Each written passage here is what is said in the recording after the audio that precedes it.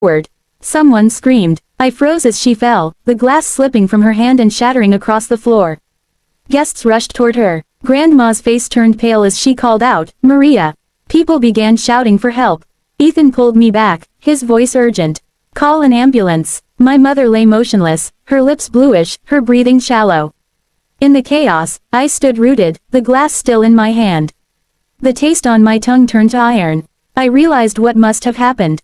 Whatever was in that wine wasn't meant for me. It was meant for Grandma.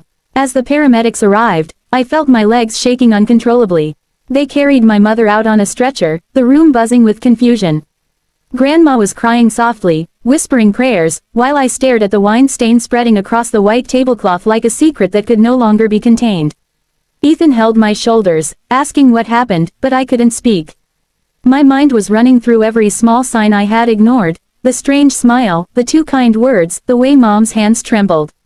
Later at the hospital, the truth began to surface. The doctors said she had ingested something toxic mixed with alcohol. They didn't know how or why yet, but they were running tests.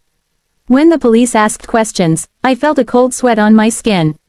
I wanted to tell them everything, but part of me couldn't process it yet. The woman who gave birth to me had just tried to kill her own mother, and by fate or instinct, I had stopped her.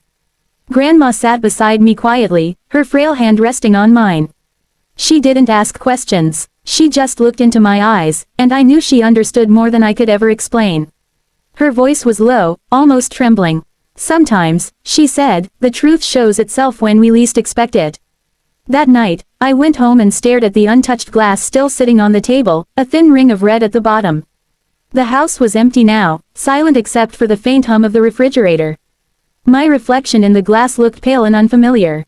I thought of my mother, of how anger had poisoned her heart for so long. Maybe that poison finally turned on her. The moment my mother collapsed at my engagement party, time seemed to freeze. One second she was laughing, the next she was gasping for breath, her face twisting in pain before she hit the floor. The guests screamed, some rushing to help, others backing away in shock. I stood frozen, my mind refusing to accept what had just happened. My glass was still in my hand, the taste of the bitter wine lingering on my tongue. The very wine she had prepared with that strange, knowing smile.